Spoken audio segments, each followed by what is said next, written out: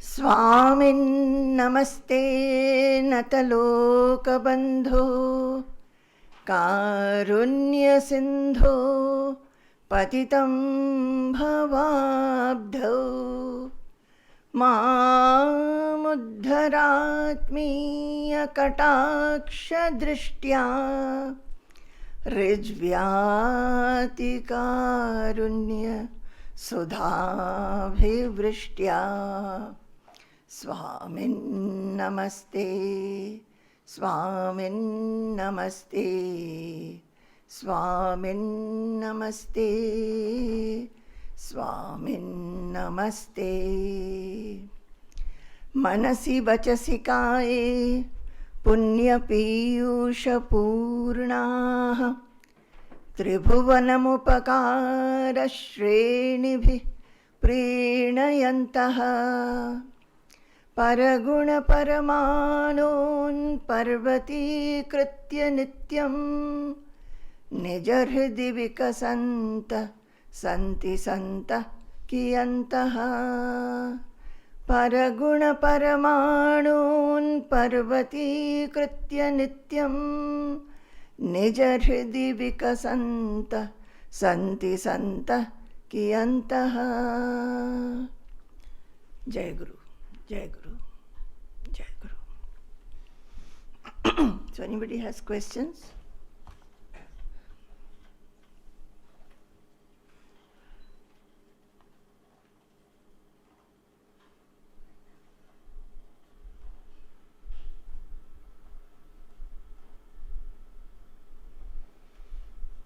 The question is from Swamini.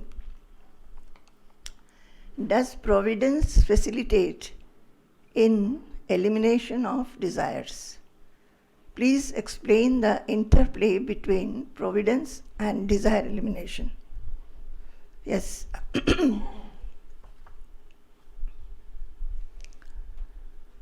Elimination of desire, whether Providence facilitates it.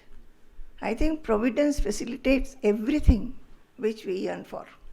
Anything we yearn, whether it is in the worldly life, that is, whoever is sincere in whatever one wishes for, Providence has a role, it facilitates. But the thing is that we must have our own effort to eliminate the desires. It's not that, Providence will look after it, so I don't have to do anything. That is not the case. When we use our body, mind, intelligence, our full intention seriously and sincerely, thinking that whatever desire is not good, what does desire do? Desire binds us.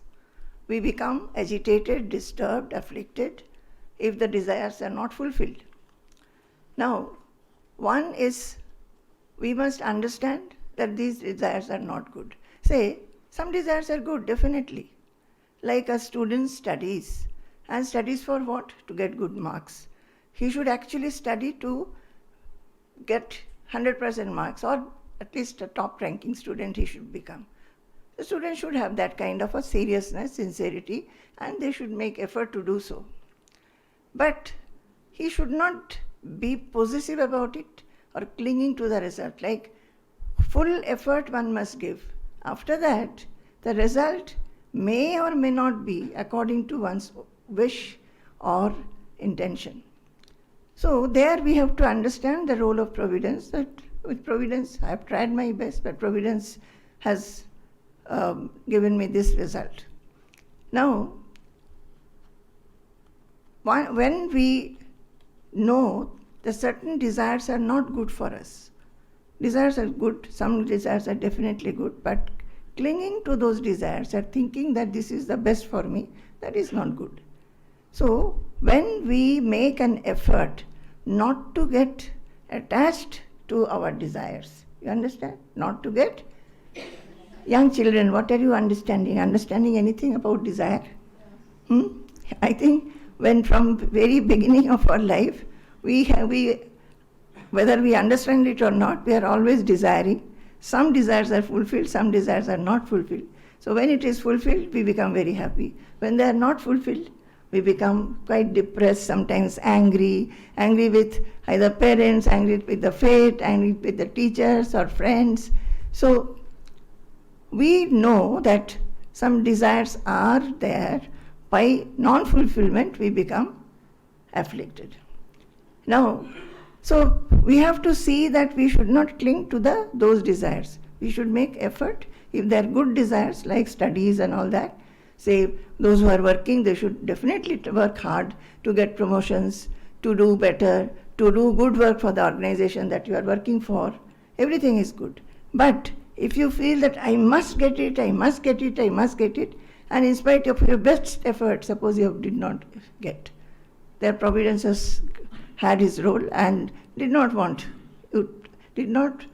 give you the result that you are wanting, then we should not become depressed. So, the question that does Providence facilitate in elimination of desire? It will not facilitate as such.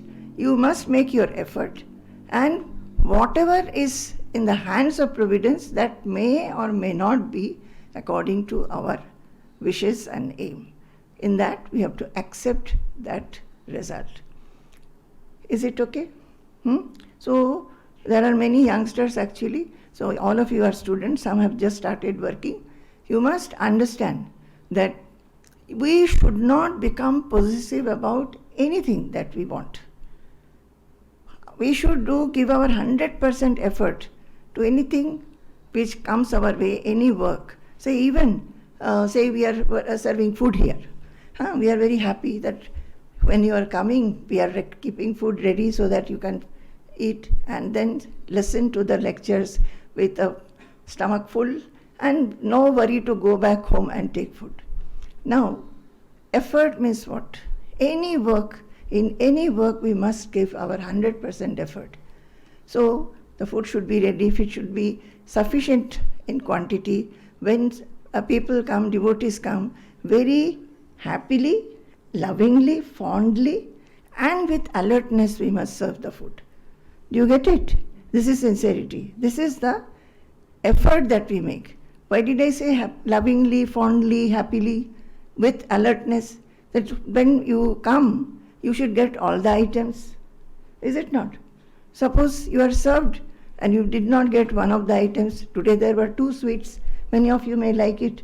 And you found that when it was served, you did not get one of the sweets. Or maybe you liked it a lot. Nobody came around to ask you for a second time. This is called alertness.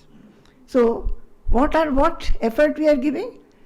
We are trying to be very loving, fond of the people, and with lot of alertness, we are trying to serve food to everybody.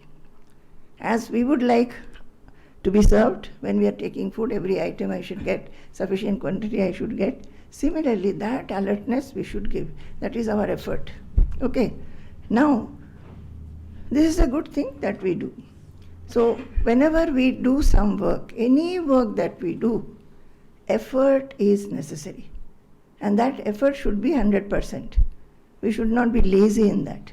After that, whatever happens, that we have to accept. In Bhagavad Gita, Krishna says that there is a 5th factor, which is whatever effort you have given, sometimes you will not get the result. So we do not have any hand in that. But knowing that, should we stop having effort? No, we must have. But we should not cling to anything and not be possessive. Now, next is please explain the interplay between providence and desire elimination. I think both have been replied, is it? So, interplay is what? We should always see what are the desires. There are some things which will make our mind elevate. Such desires are good. There are desires which will make us very narrow-minded, selfish, possessive, jealous of others.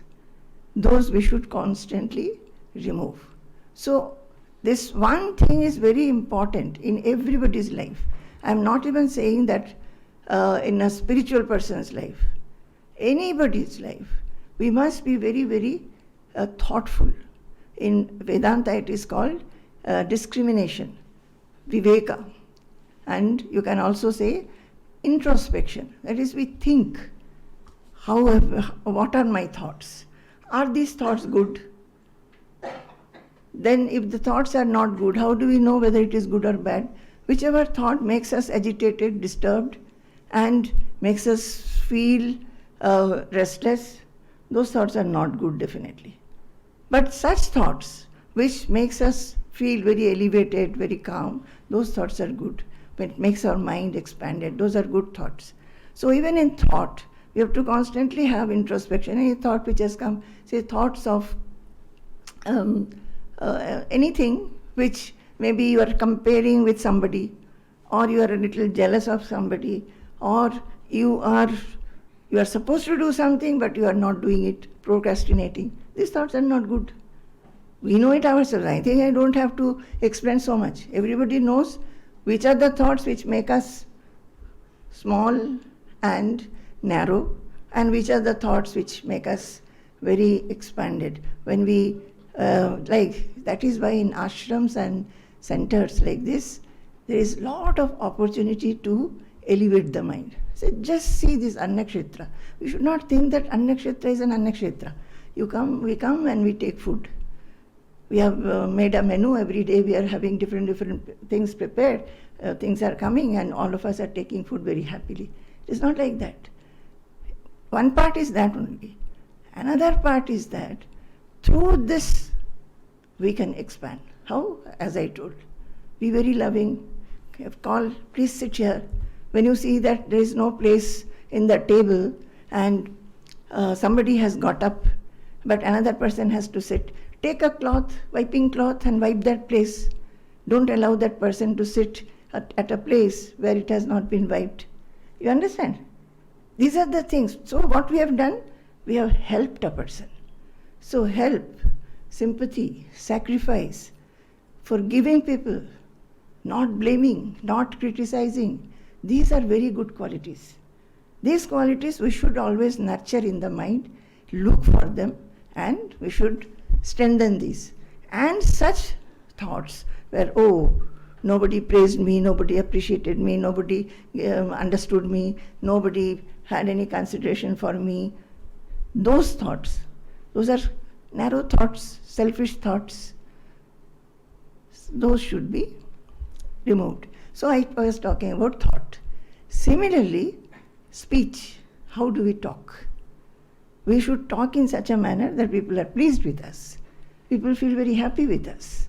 Just like I don't want anybody to talk to me harshly. I will get hurt.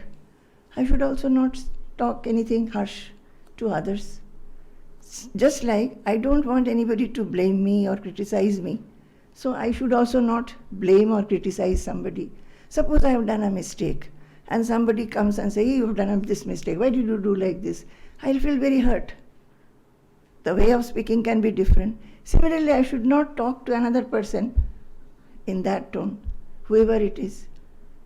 Is it not? Very simple things. But all these are spiritual qualities.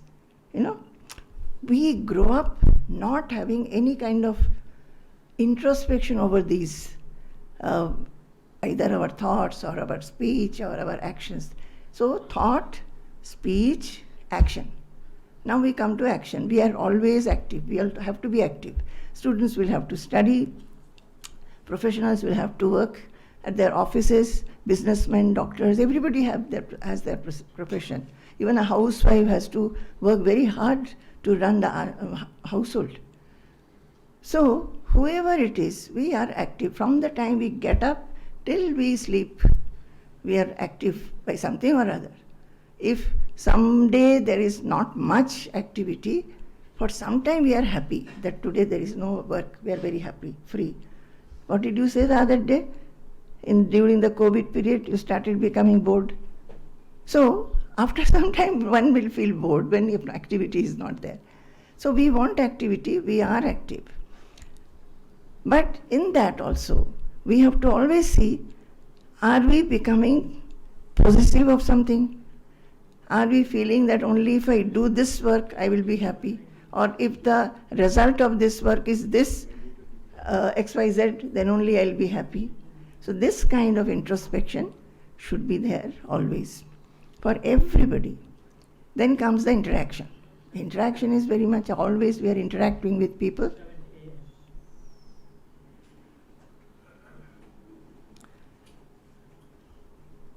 We have to be interactive. So always we are interacting with people. In that also, we have to be very, very thoughtful. Introspecting always that, has my behavior been good to people? Or have I hurt anybody? Did I do something like very showing lot of pride, ego and all that? Was I sweet in my behavior? So these things we should always look into. Now, please explain the interplay between providence and desire elimination. I think these are the interplay.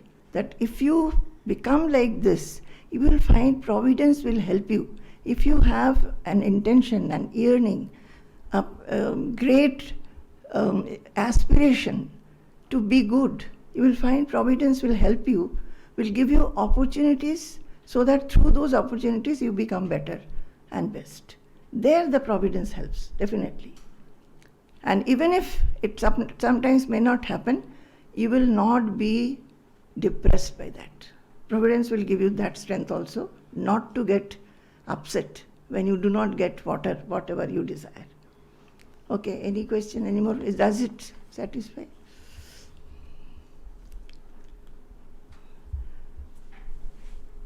I very rarely have question answer sessions.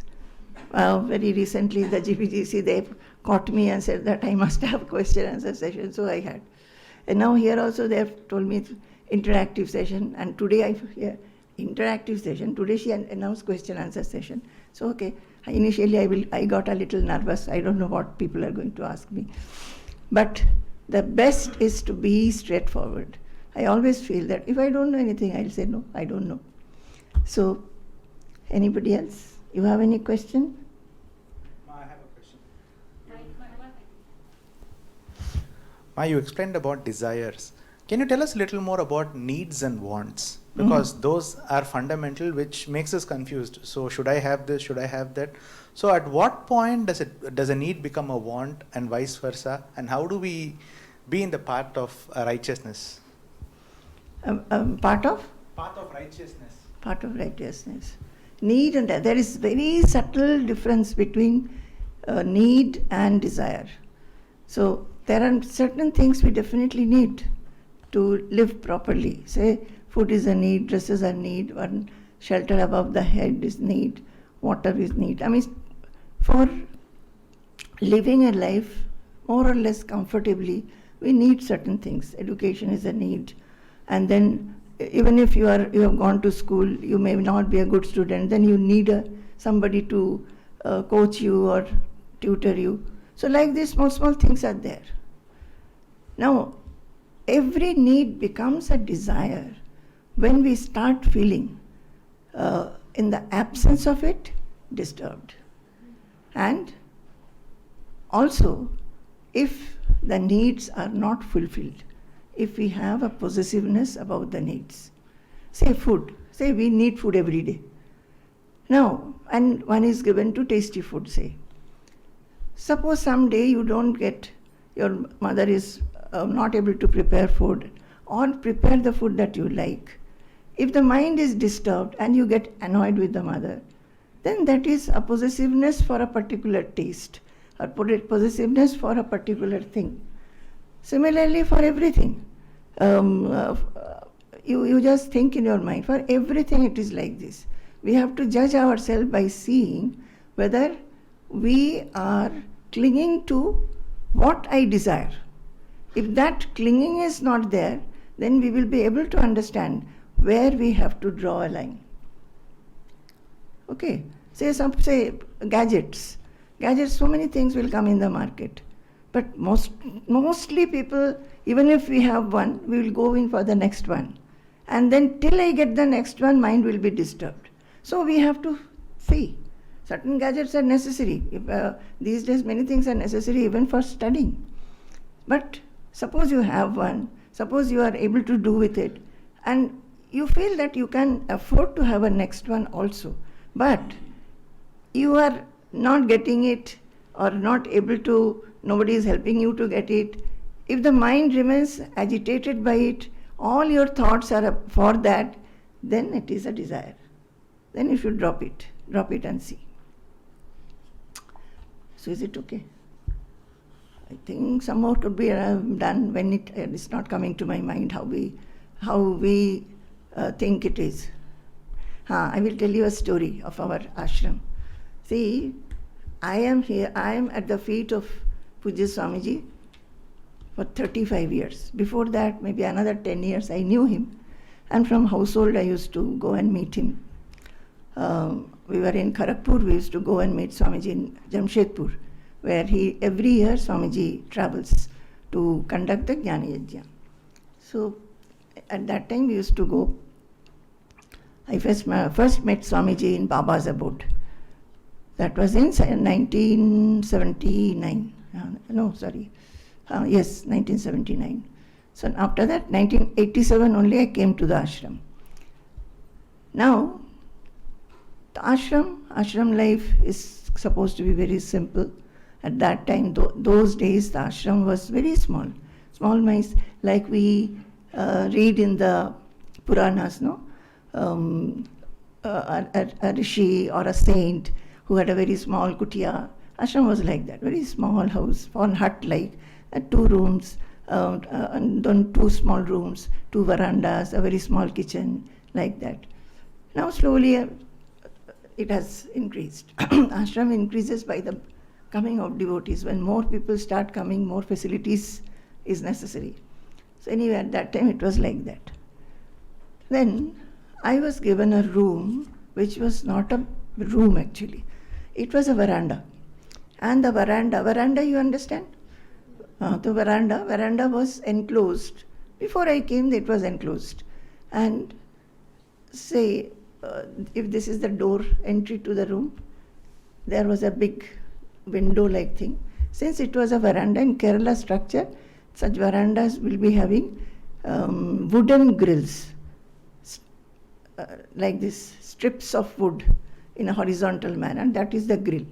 And it was not very wide also, so from here to there. So it was like that. But since it was enclosed on an open veranda, I was given that as my room to stay. When my cot was kept there, if I lay, I could touch the ceiling. So you can understand how low the ceiling was. And not even that, the ceiling was made of asbestos. So when I was kept there, asked to stay there, Swamiji said that we have to raise the roof. We must raise the roof because asbestos is not good. So anyway, I think I stayed there in that condition for 5 years. At that time, Swamiji was very busy making renovation of the village temple, which was above our land. Our ashram is at the slope of a hill called Pandavagiri. And the village temple, one of the village temples, Durga temple, is at the top. But with rain, lot of erosion had taken place. So Swamiji took upon himself to renovate the temple and increase the area around the temple, which had become very small. So you could understand 100 people used to work with him. He was the leader, make them work. And earth will be taken up and spread. And now whoever has gone and whoever will come to see, will find how beautiful is the temple with so much of area around it. So Swamiji had thought that unless this temple work gets over, no work will be done, no civil work will be done in the ashram. So temple work was over, renovation, what is called Navikarana. Navikarana means rededication of the temple took place. Then Swamiji said, now let us do this work. So one of them was raising the roof and doing some other work in the ashram. Everything was done, roof was raised, newly all the electrical work had to be done. So then suddenly, when everything was nearly done, I felt that, oh, so this was this is the opening. Next to it was the hill. We are at the slope of a hill. Hill was very near to that opening. And through that hill, many times the grass and creepers, they used to come inside my room. So I used to also feel sometimes a little scared, because along with that, other things may come inside. And not only that, others also who would come to my room would say, "Are you not afraid?" They would also scare me, frighten me. So then everything was nearly over, and rain, dust, everything used to come through that. Whenever it would rain, my bed will be wet.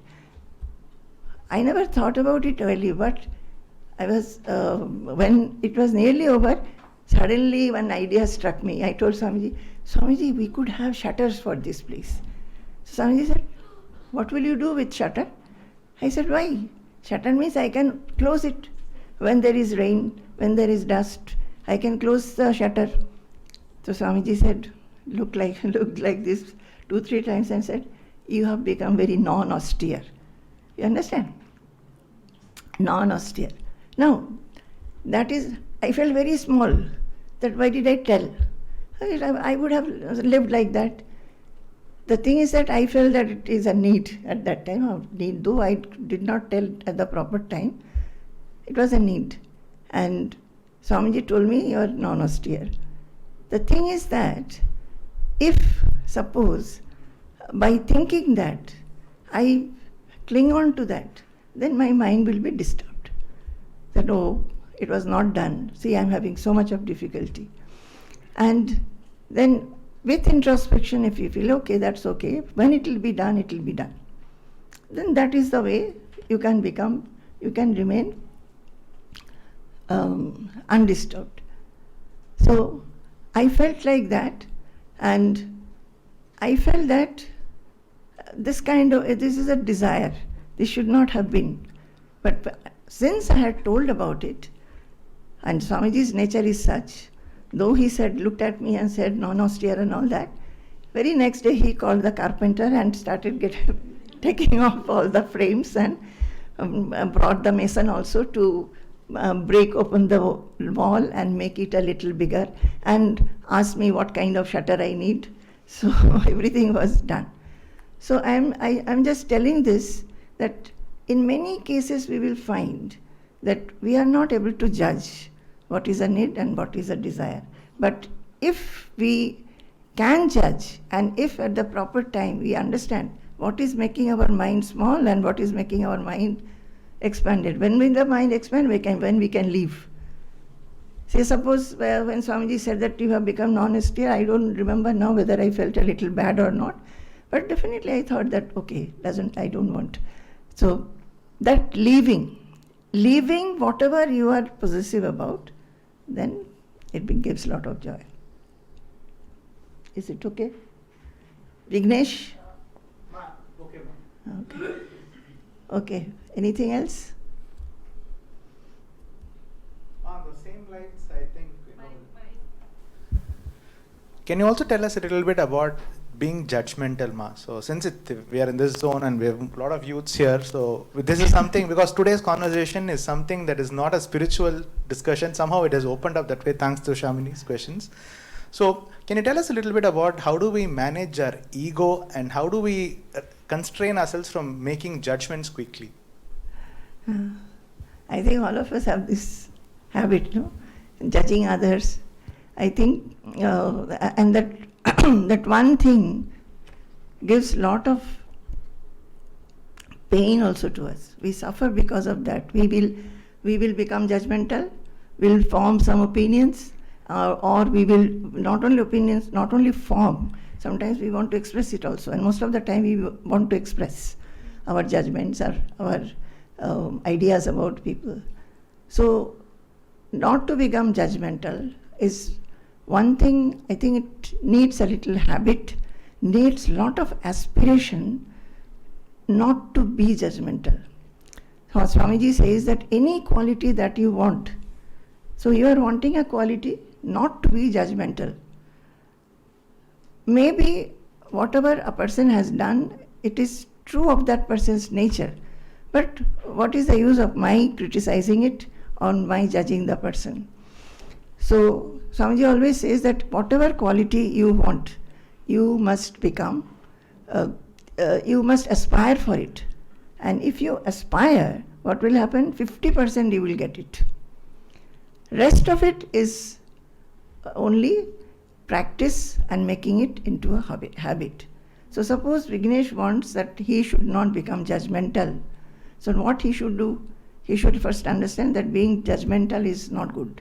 Secondly, in his thoughts, in his speech, in his actions, interactions, every time he should be very introspective to see whether he has become judgmental or not, whether he is forming opinion very soon about others. That we see the behavior of a person, we feel that, oh, this person is very miserly. Maybe he is miserly, but why should I form an opinion and hold on to it? I'm not seeing the person in various situations and spheres. Maybe in another situation the person is very kind. So, any form of such thoughts, we should be introspective and always, that is what, in spirituality, to grow values, to grow qualities, we should be very, very thoughtful. In spirituality, we call it introspection. So introspection, see and find out how your mind is behaving. Whatever I have thought, is it true?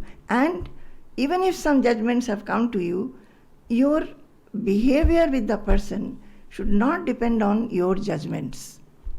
You understand? So I have not liked a person for whatever reason. So I am not soft with the person, or I am not working with the person in a nice manner.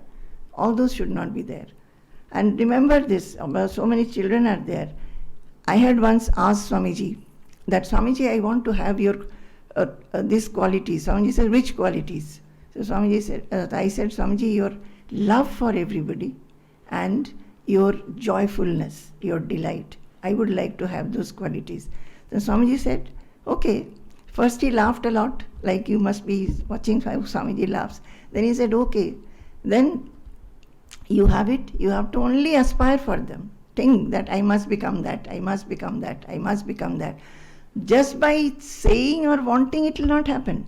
You have to see that your want, your aspiration, your yearning, it is translating to all your thoughts, all your behavior, all your actions and interactions.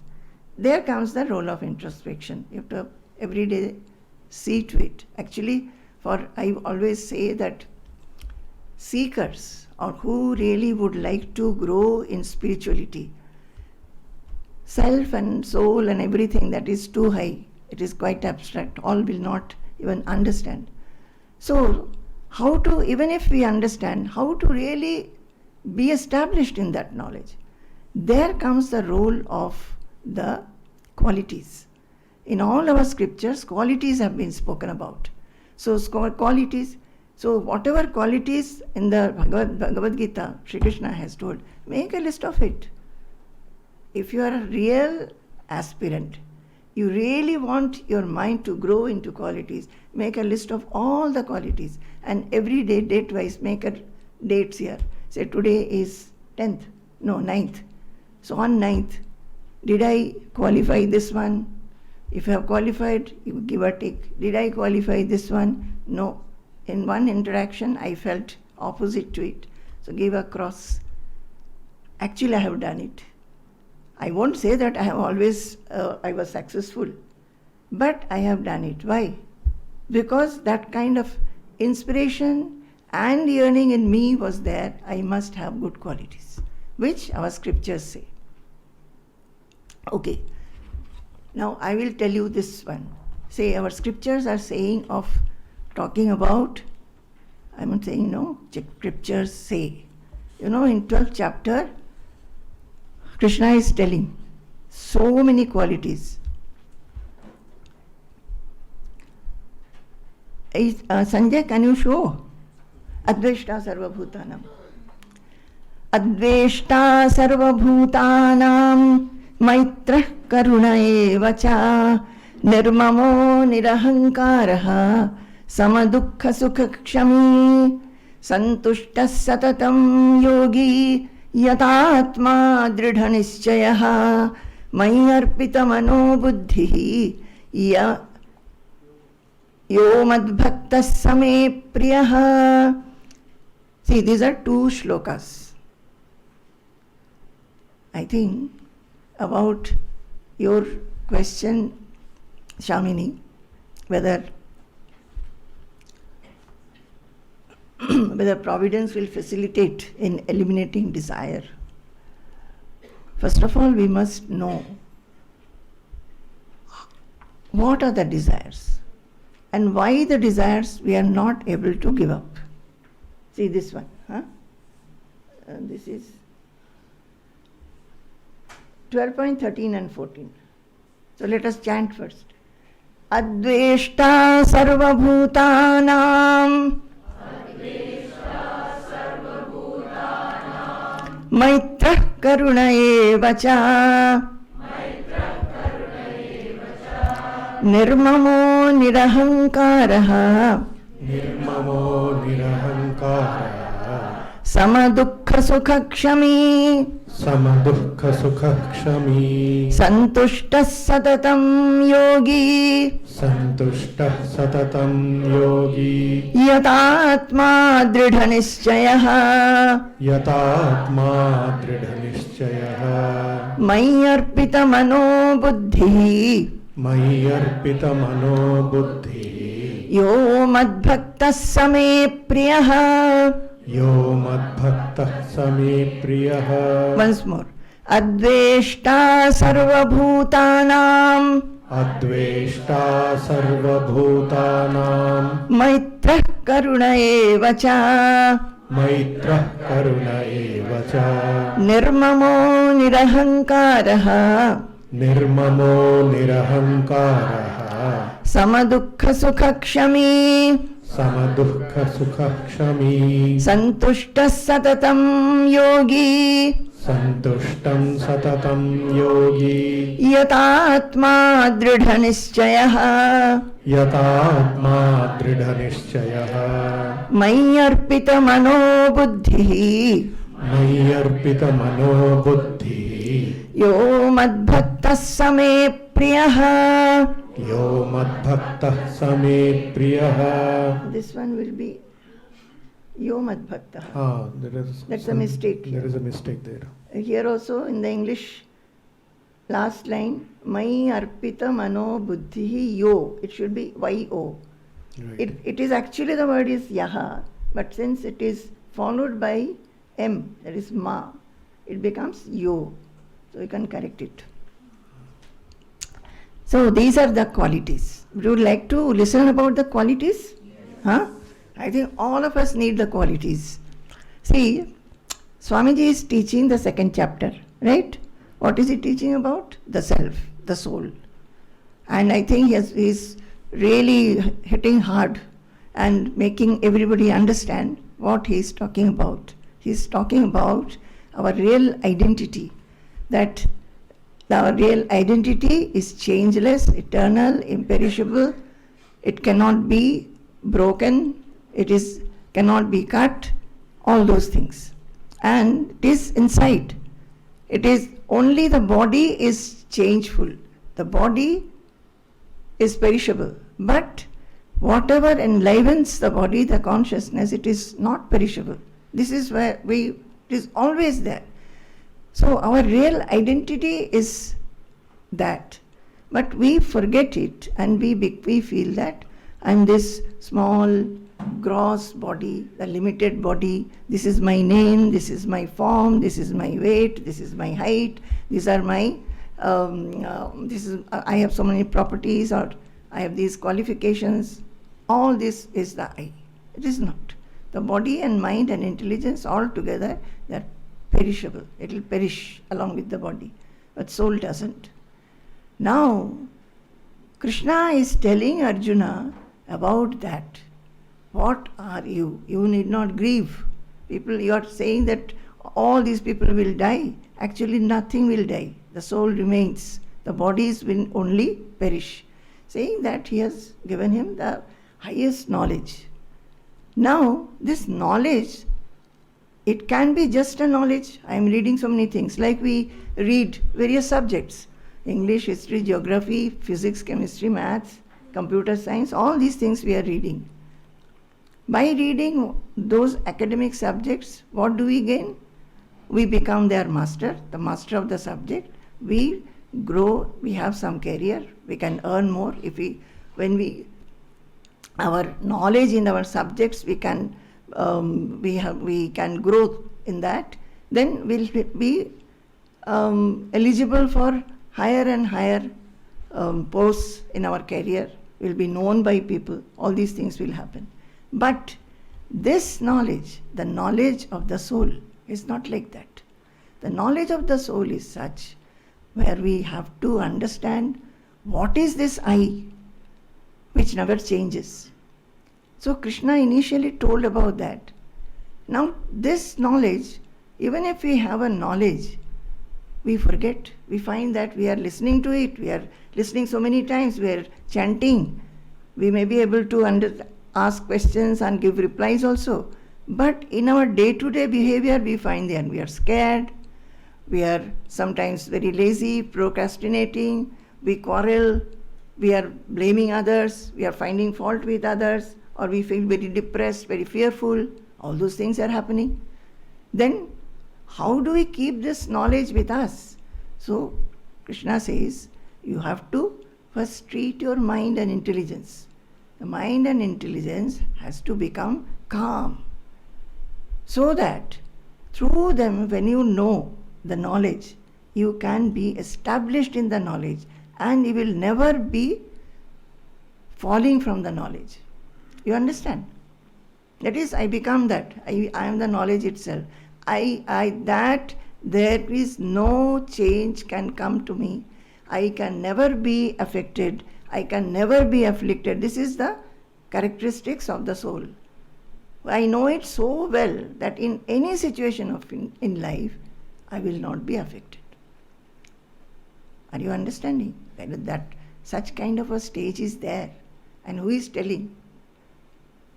Krishna is telling Arjuna that, my dear Arjuna, first know that there is a soul, then you listen to me, how you can remain in that knowledge, so that whatever happens around you, you will not be afflicted. So he says, Yam labdva chaparam labham manyate nadhikam tataha yasmin sthito na dukkhena guruna api vichalyate. In 6th chapter he says this. What is it? That by attaining which, what will happen? You will feel that there is nothing more to be attained. Now what is our situation? Whatever we gain, we feel there is something more to make us satisfied. We may be having everything in life, still the mind is not full. A good student will always be under the fear, suppose I don't do well in the next exam. So always there is fear. Always there is fear. If you have good health, there will be always fear of, suppose I become sick. If I have lot of name, fame, always there will be a feeling that suppose something happens by which I am not able to keep to the mark, and people will say that, oh see, there are people better than him. So there is always fear in our lives. Now Krishna says that there is something attaining which, there is a state attaining which you will never be afflicted, never be disturbed, never be affected. In any situation in life, you will not be moving. That is, you will not have any kind of affectation. He is saying that. Now, slowly he says, how the mind can gain this kind of knowledge? Why we are not able to? Mind is always cluttered with various thoughts, desires, plans, ideas. What I am doing now, I will be thinking of many other things. So Krishna tells that, my dear Arjuna, to keep your mind calm, these are the qualities that you should imbibe. Say, students are here, no?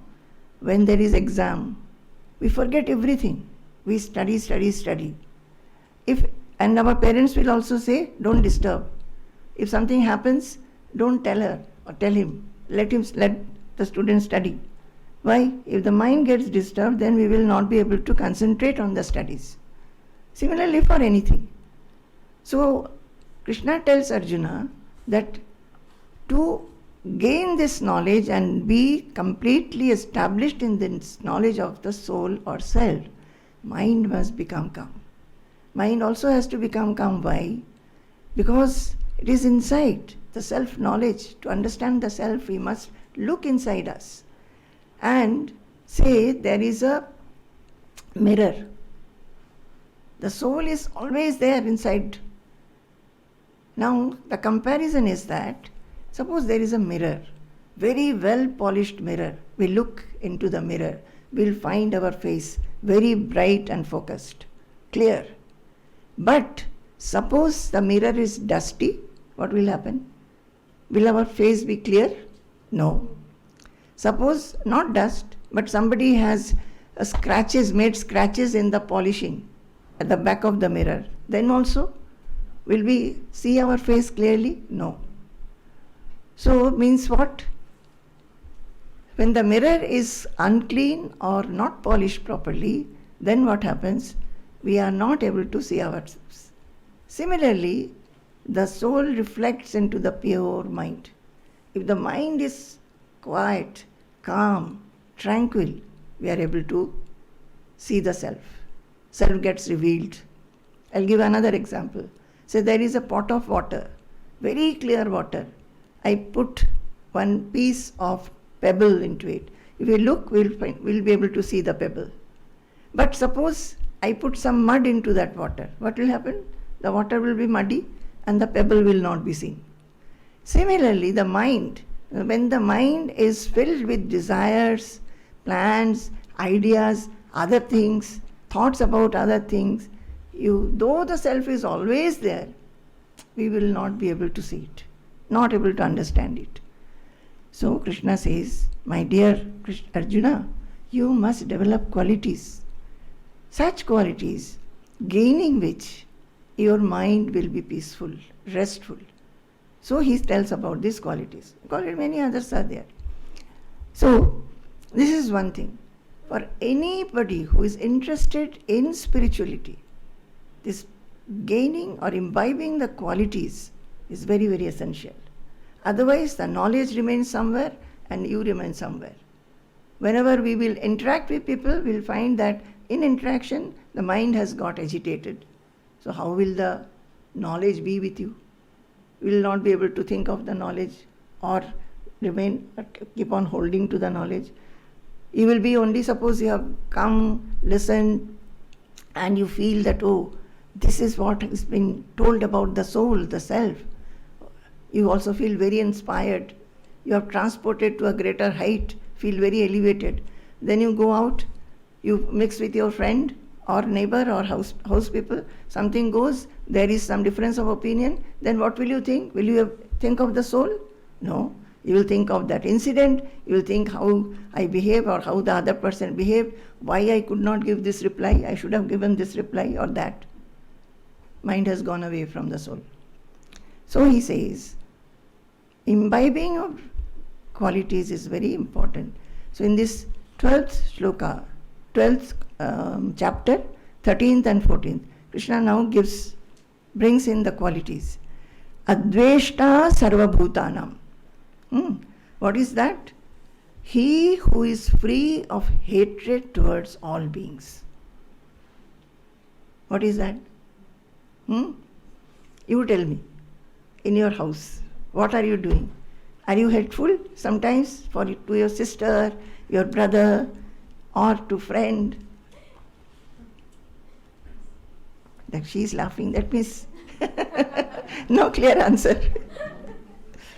What about you? Are you having sometimes a little hatred feeling towards anybody? Not at all. Very good. What about you? Sometimes not hatred as such, but a feeling of irritation, anger, anything you can say. Have, no? All of us have. Then I think you are a Devi sort of, no? You should be worshipped. Or did you understand my question? Okay.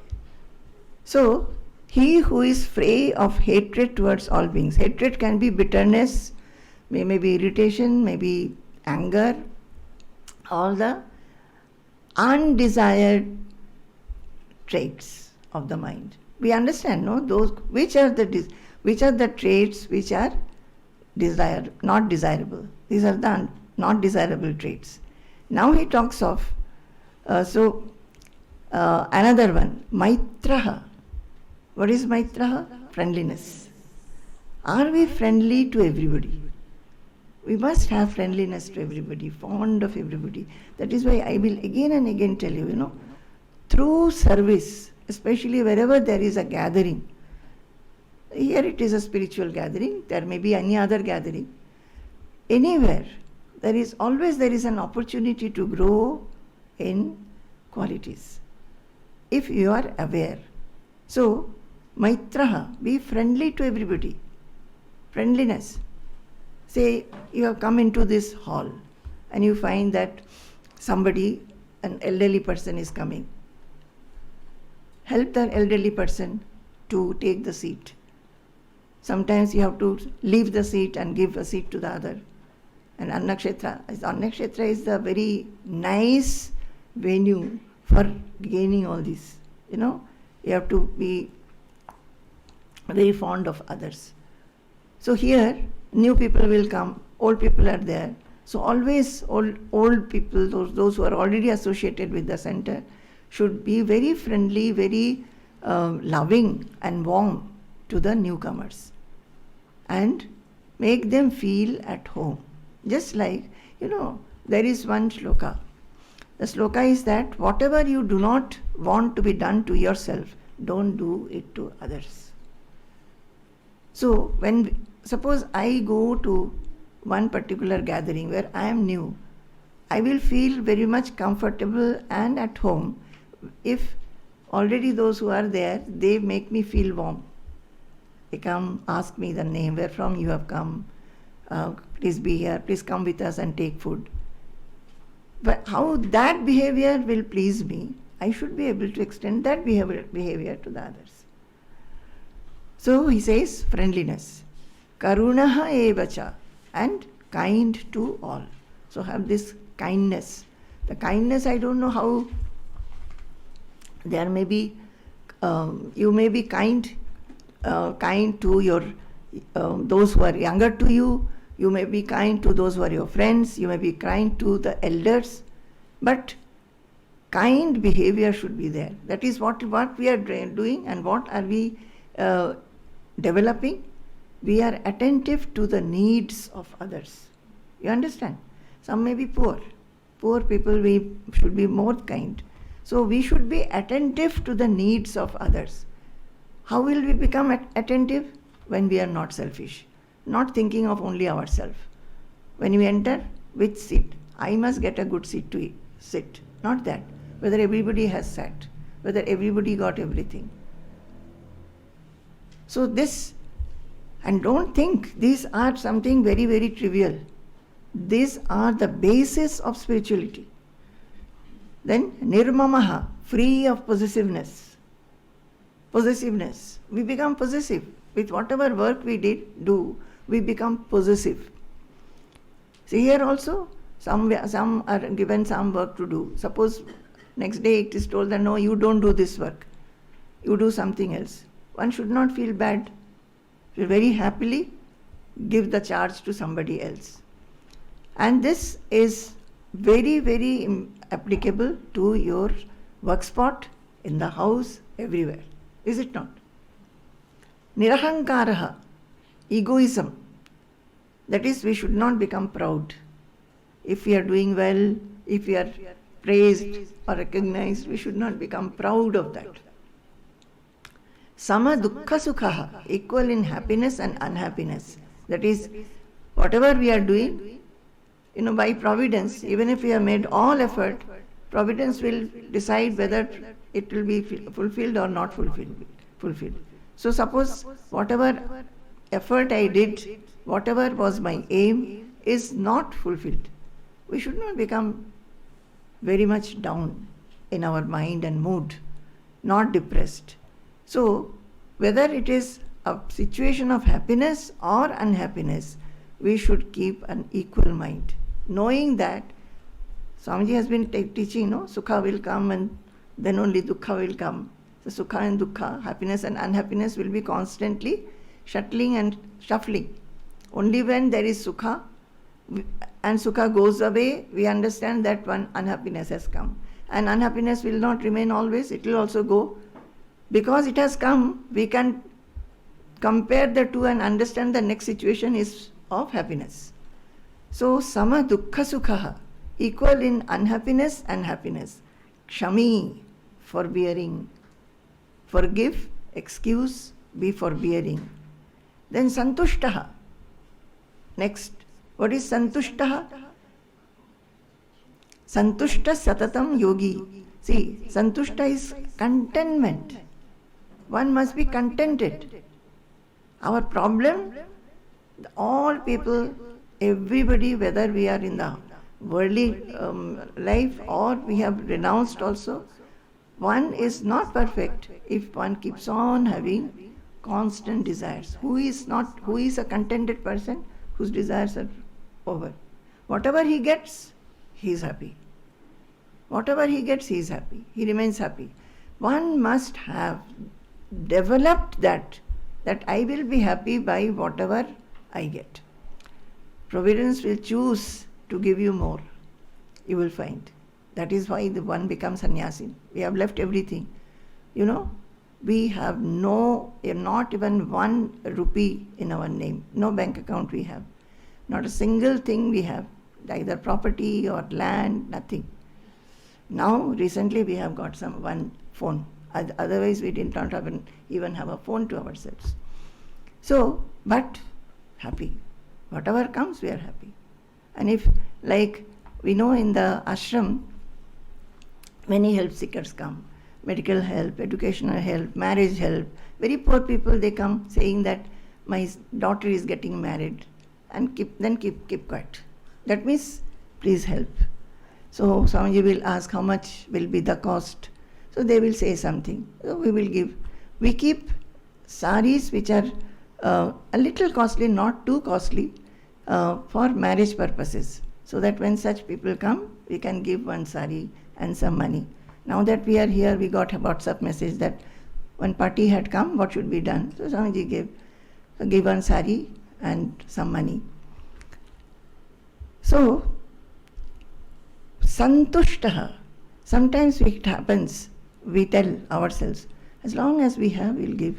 Suppose it is not there, we'll not give, we'll tell. I remember once one beggar had come. So nobody was around. I was alone in that veranda, and I was trying to give things. Then at one time, I told that, he asked for something. I said, everything is there, but at those days my knees were very bad before my surgery.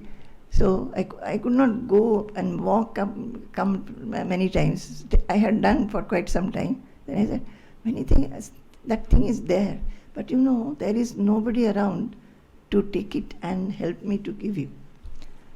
So I'm saying this, that whatever is the case, we should be straightforward, and then we should be very, very kind to the people and try to remove their unhappiness, sorrow, sadness, whatever it is.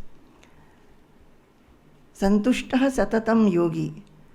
Then one should be integrated. He should be a yogi inside. He should be moving around in the very normal manner, doing everything. But internally, he should be connected to God. That is, connected to God means what? Knowing that everything is propelled by God. Everything. That we sleep, that we get up. Who is propelling it?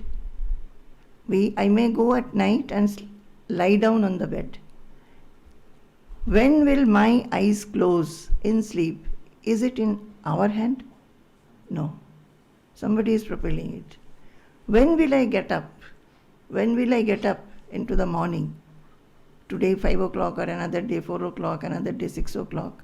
When exactly my eyes will open? Is it under my control? It is not. So we must know that there is something, some power, supreme power, which is actually controlling everything, and I belong to that power. That feeling should be always. That feeling is not there. That feeling has to be generated, cultivated more and more, and be established in that. By what? By how? How? By thinking, keeping the thought in the mind, remembering it at least few times a day, during work, during thoughts, during whatever we are doing. It should be thought like that. Yatatma, with senses and mind well disciplined. So we should be able to restrain our senses and mind. Whatever we want and we desire, we should not we should see whether it is really necessary, whether our senses are becoming our masters and we are becoming the slaves, or our mind is also trying to tell us do this, do that, but it is not good. We understand it, but still we do. Not that. We should slowly make a habit so that we become the masters of our senses and mind, and not senses and mind become our masters. Whatever they tell, immediately we try to do that. No. And how will all this take place? When we read this Bhagavad Gita, everywhere so much of instruction is given. Dridha nischaya, firm conviction, firm resolve. We must have resolve that I will do this. As I was saying, that why don't you make a list of it and tick mark every day? Somebody should have a dridha nischaya. Somebody must have a resolve that yes, I am going to do it. I will see whether what qualities I have improved and in which quality I have not improved. Will you do? I think it will be very interesting. She doesn't need it.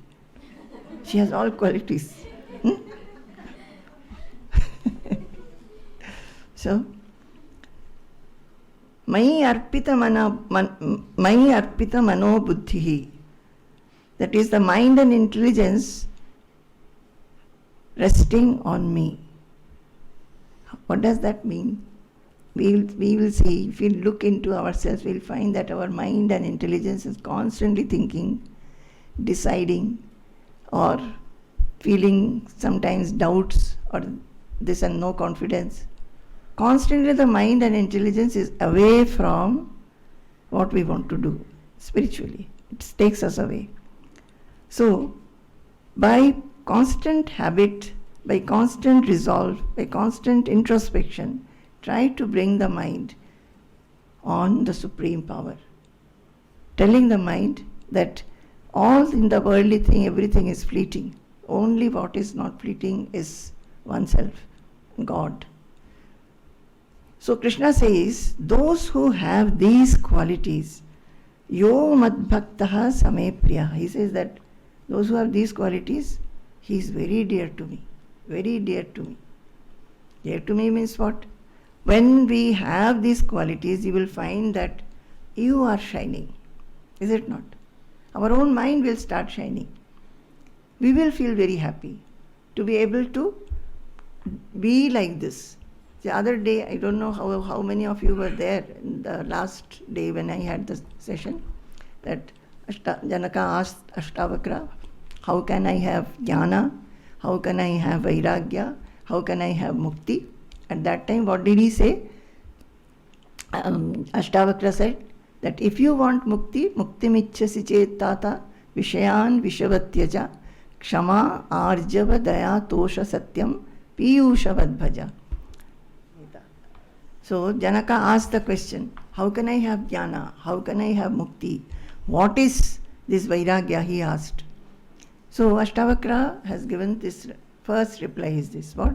He said that, my dear son, Tata, my dear son, if you want mukti, liberation, then Vishayan Vishavatyaja, all the worldliness.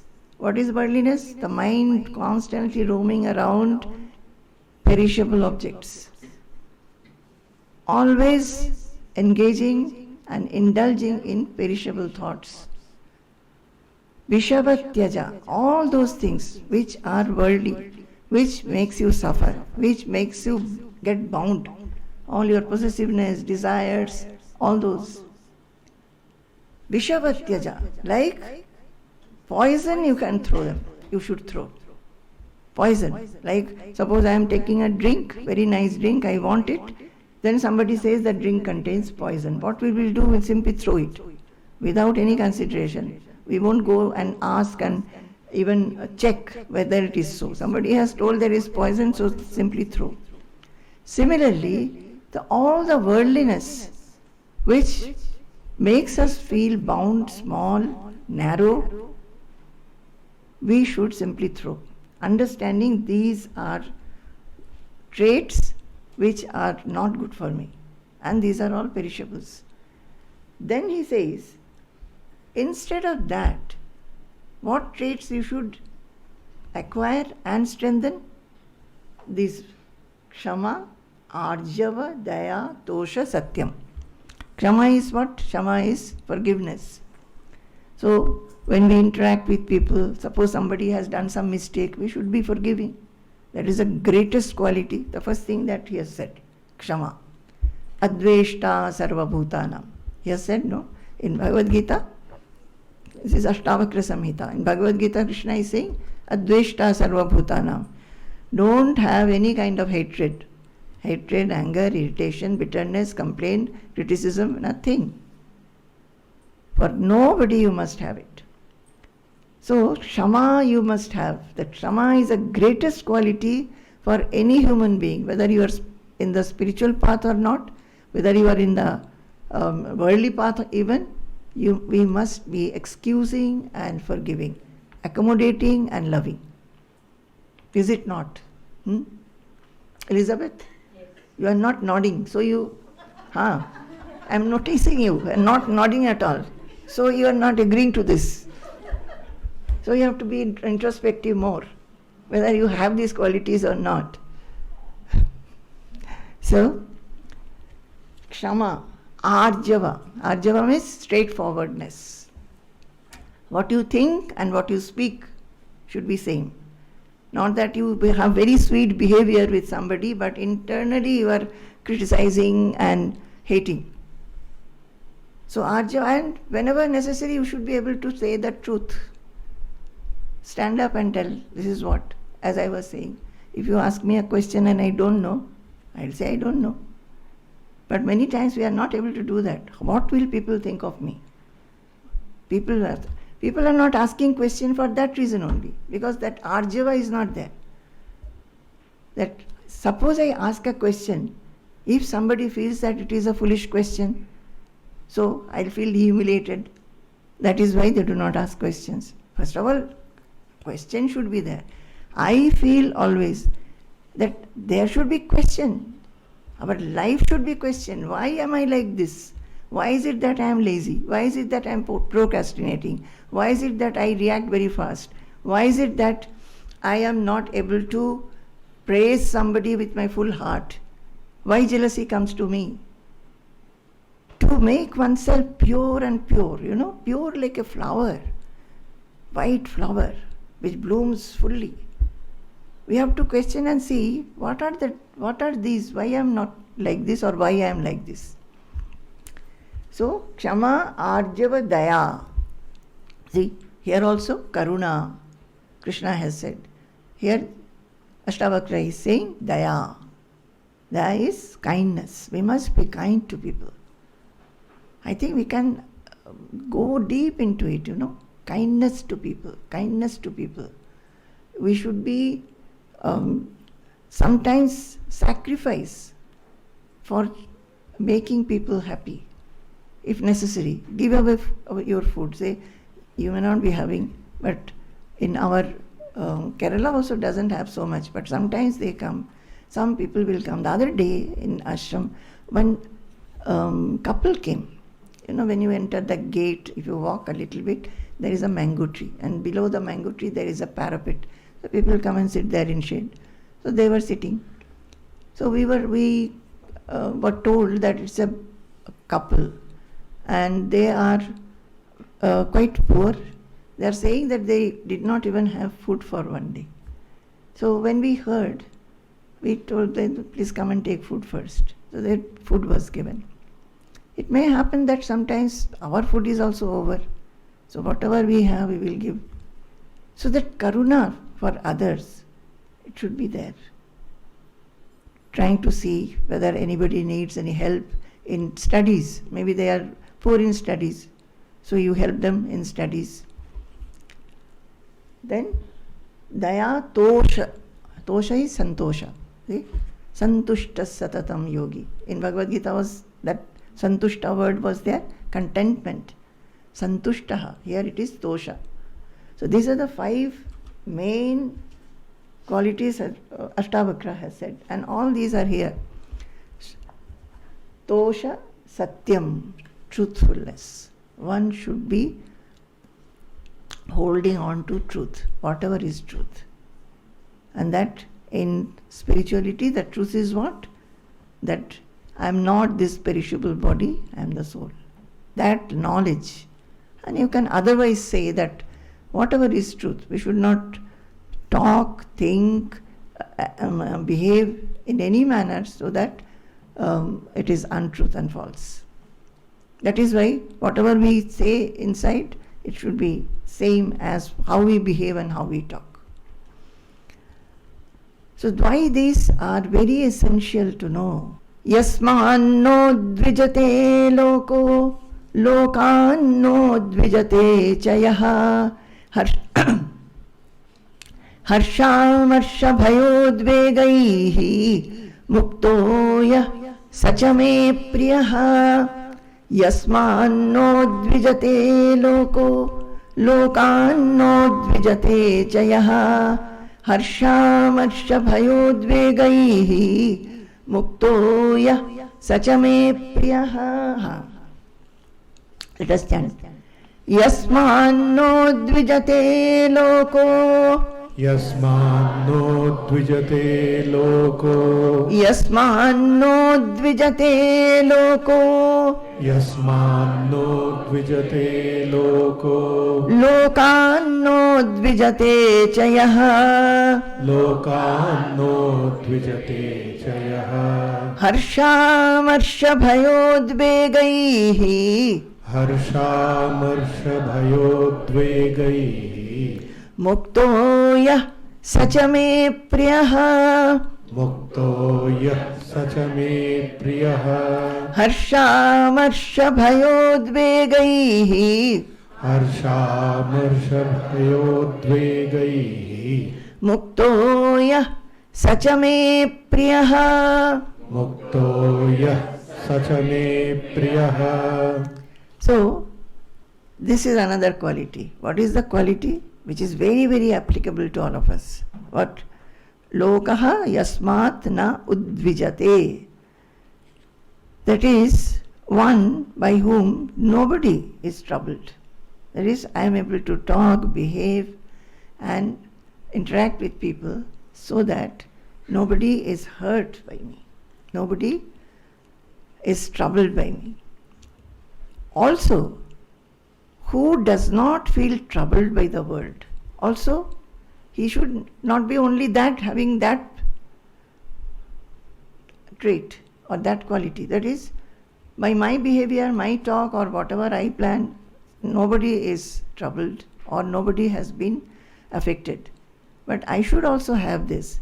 By anything happening around me, I should not be troubled. How will that be? Just now I told, Krishna is telling Arjuna, there is one state, the self, knowing that if you are able to be firm on that state, then anything happening around you, however big is the wave, you will not be affected or afflicted.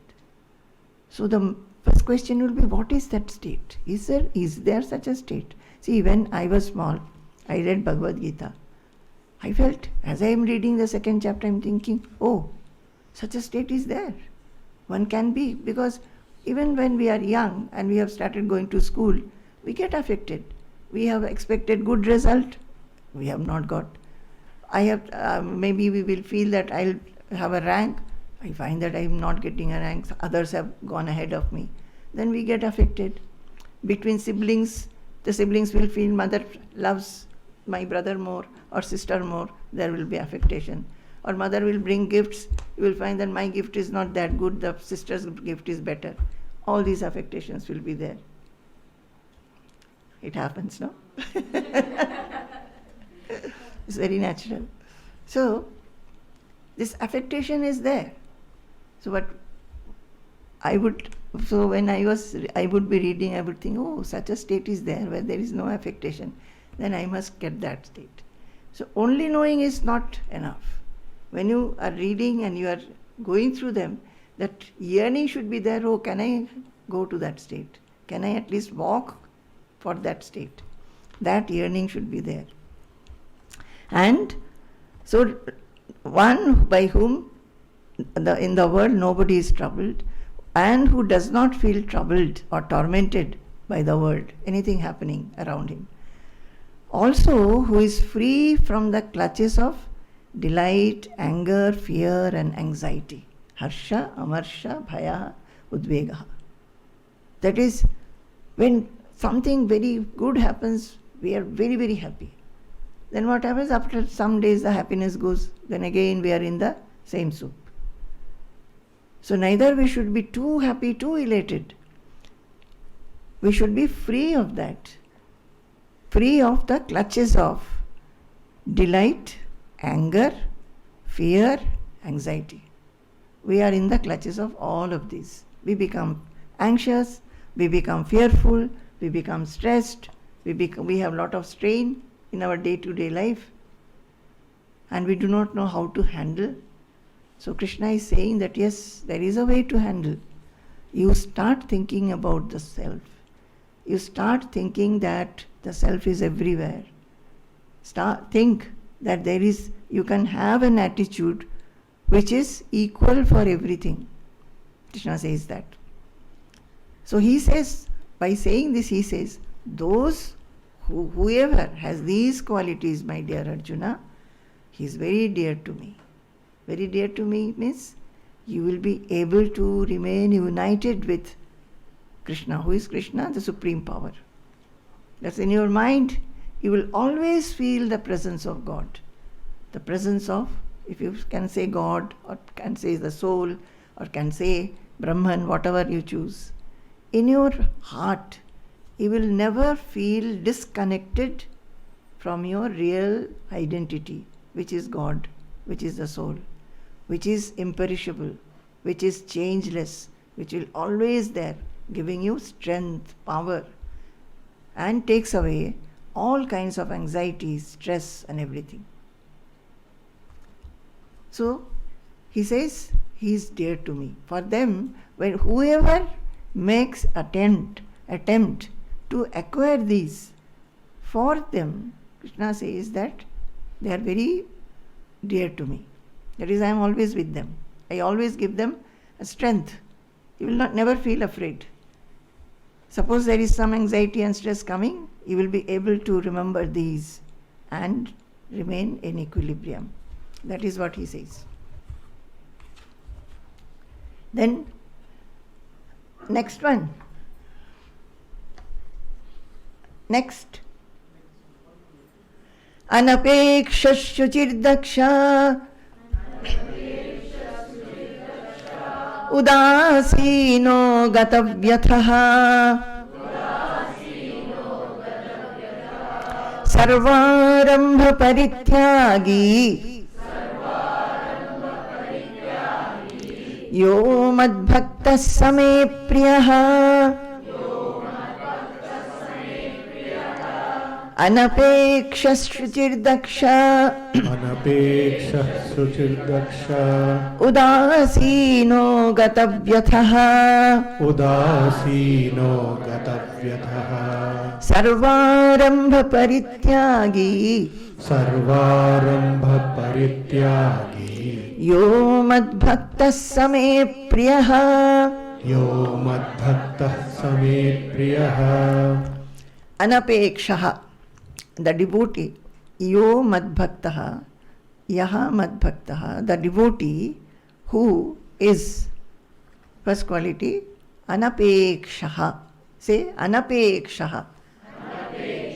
This is a great quality everybody should cultivate. See, when in our childhood we were not taught like this. But I am so happy that so many people, especially I am talking about the children, that you are so blessed actually, so blessed to be at least hearing this at this time. Nobody told us that expectation is bad. Might have told, our parents must have told, but not in this way. Anapekshaha, we must grow in the quality of non-expectation. We should not expect. We are always expecting, like, I forget your name. What is your name? Janelia. So, definitely Janelia, when she comes here and everybody says, such a sweet girl, and very sweetly behaves with her, she likes it. Suppose we don't? So her expectation is that everybody should be talking very nicely to me. And that is not her expectation of all of us. We want good behavior from others. Sweet, soft, nice behavior.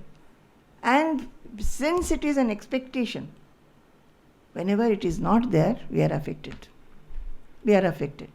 So, that doesn't mean that we should not expect. We should expect. But knowing that there may be other kind of behavior which we do not like. So, anapekshaha, free from expectation. We should not expect any particular kind of behavior, particular kind of speech, interactions from anybody. One that will please me. It may not happen. So, anapekshaha. This anapekshaha, one must keep on chanting.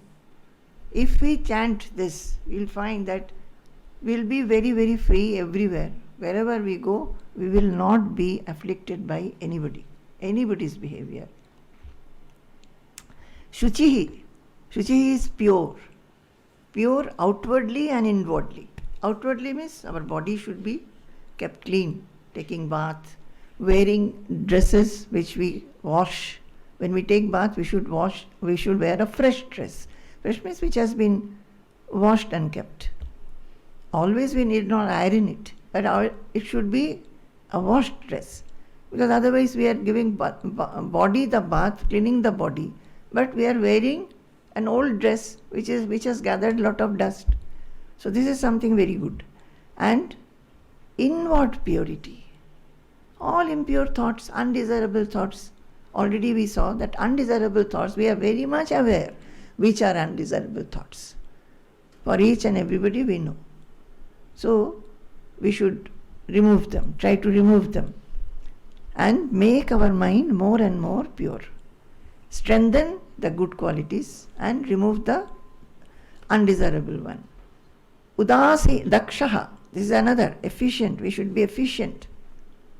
Say we are setting up this hall. In that we should be efficient. How many can sit?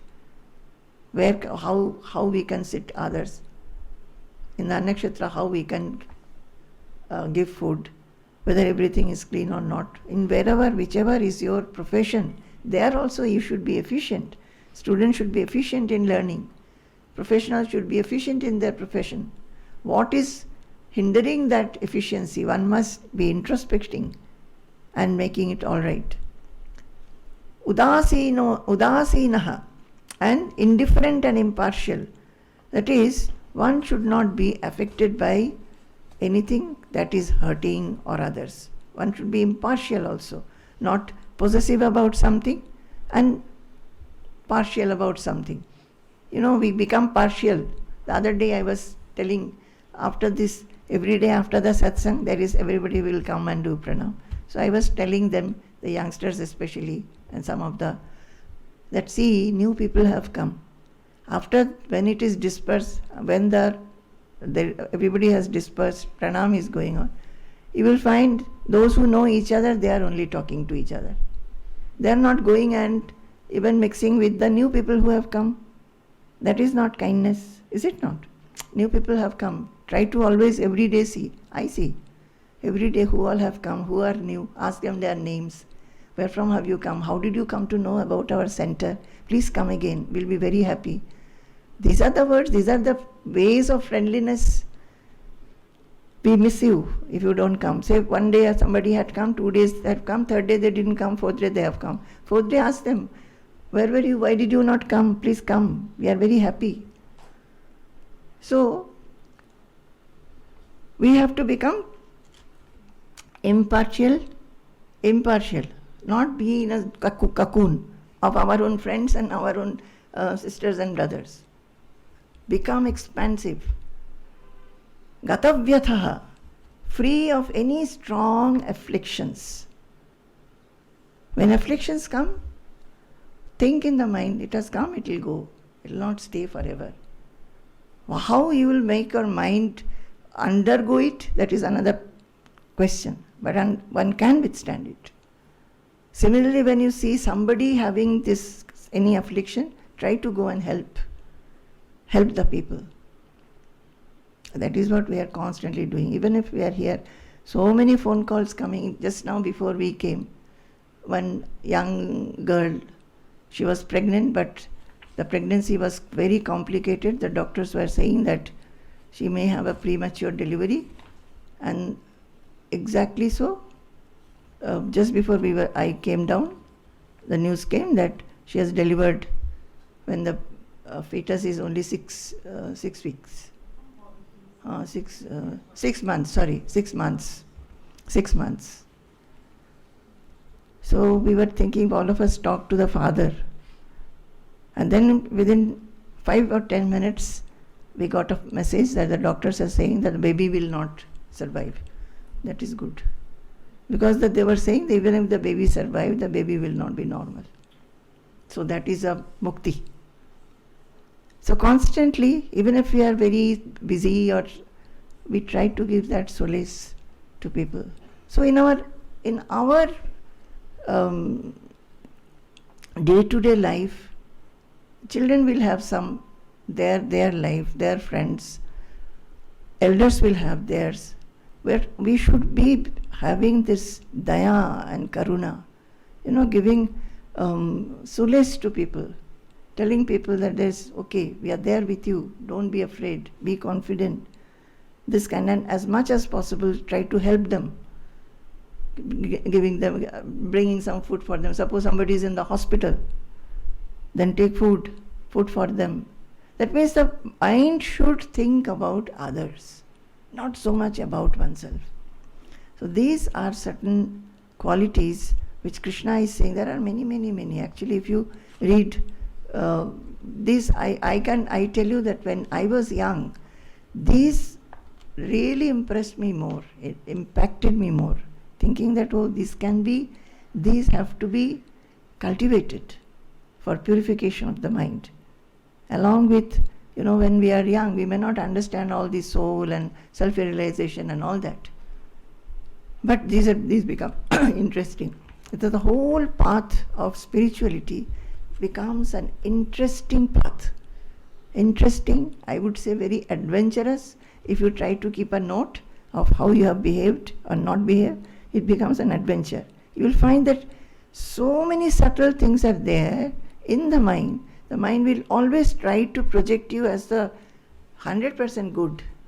But we know ourselves what has to be removed and make the picture of oneself very, very perfect.